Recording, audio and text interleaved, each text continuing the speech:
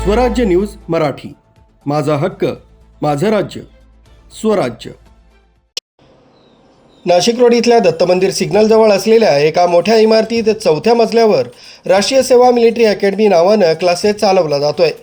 यामध्ये IIT, JEE, NEET, MST, CET, NDA foundation, 11 and 12, science, HSC, 8, 9, 10, SSC, CBSE आदी प्रकारचे वर्ग भरत असून याच अकॅडमीत मोठ्या प्रमाणात शहरातील विद्यार्थ्यांनी ॲडमिशन घेतल्याचं निदर्शनास आलंय। या अकॅडमीचे संचालक जिना नामक व्यक्ती असून ही व्यक्ती स्वतःला सत्ताधारी पक्षाशी संलग्न असल्याचं सांगते। परंतु 8 फेब्रुवारी रविवार रोजी 12 ते 1 वाजेच्या दरम्यान असाच प्रकार घडलाय की सदर राष्ट्रीय सेवा मिलिटरी अकॅडमीत निफाड लासलगाव इथल्या एका मागासवर्गीय विद्यार्थिनी मैथिली निलेश भोसले हिने इयत्ता 12वी सायन्समध्ये चालू वर्षासाठी ॲडमिशन घेतलं होतं। या अकॅडमीची संपूर्ण वार्षिक फी ही टोटल 24,000 रुपये असून प्रवेश घेताना या मुलीनं 12,000 रुपये पहिले भरून ॲडमिशन घेतलं होतं। परंतु काही काळानंतर मैथिलीची आई उज्ज्वला निलेश भोसले यांना कॅन्सरसारखा मोठा आजार झाल्यानं त्यांच्यावर नाशिकमधील सुप्रसिद्ध धर्मदाय हॉस्पिटल इथं नियमितपणे उपचार सुरू आहेत। आपल्या आईला कॅन्सरसारखा आजार झाल्यानं मैथिली हिला मोठा धक्का बसलाय आणि आपला संपूर्ण वेळ तिनं आईची सेवा करण्यासाठी, आईला हॉस्पिटलमध्ये घेऊन जाण्यासाठी, औषधोपचार वेळेवर देण्यासाठी ती प्रयत्नशील असते। यामुळेच मैथिली भोसले हिला 12वी सायन्स या महत्त्वपूर्ण वर्षाच्या अभ्यासक्रमासाठी व लावलेल्या अकॅडमीत पुरेसा वेळ देता येत नसल्यामुळं तिने या अकॅडमीतून आपलं ॲडमिशन रद्द करण्याचं ठरवलं।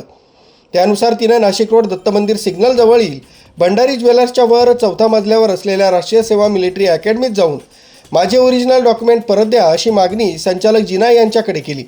परंतु जिना यांनी आपली गुर्मी दाखवत मुलीला मानसिक त्रास देण्यास सुरुवात केली व अजून 12,000 रुपये भरल्याशिवाय तुला डॉक्युमेंट मिळणार नाही असं जिना यांनी ठणकावून सांगितलं। यानंतर कुमारी मैथिली हिनं 112 नंबरवर कॉल करून पोलिसांची मदत घेण्याचं ठरवलं।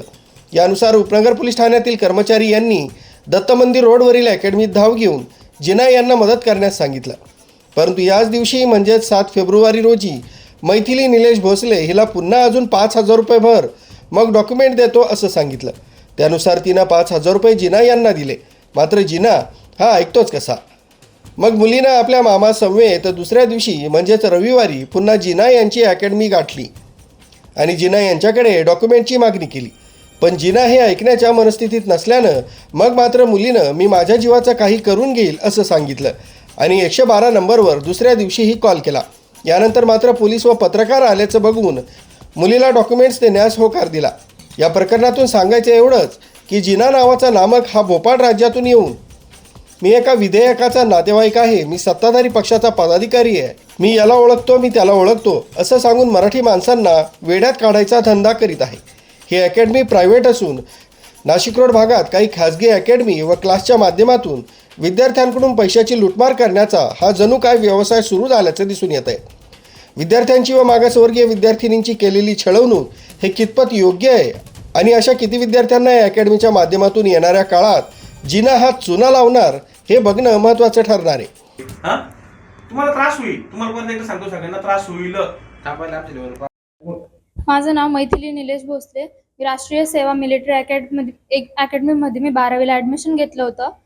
तर माझं मार्कशीट त्यांच्याकडे होतं, तर त्याच्यामुळं मी मार्कशीट घ्यायला त्यांच्याकडे आले होते। मी त्यांना सगळ्या गोष्टींची कल्पना दिली होती की माझ्या मम्मीला कॅन्सर आहे, तर माझ्या मम्मीच्या कॅन्सरमुळं मला पूर्ण फीस भरण्यासाठी भरता येत नव्हती, म्हणून मी त्यांच्याकडे आले। त्यांना सगळ्या गोष्टींची कल्पना दिली की मला का बरं फीस भरता येत नाही आहे।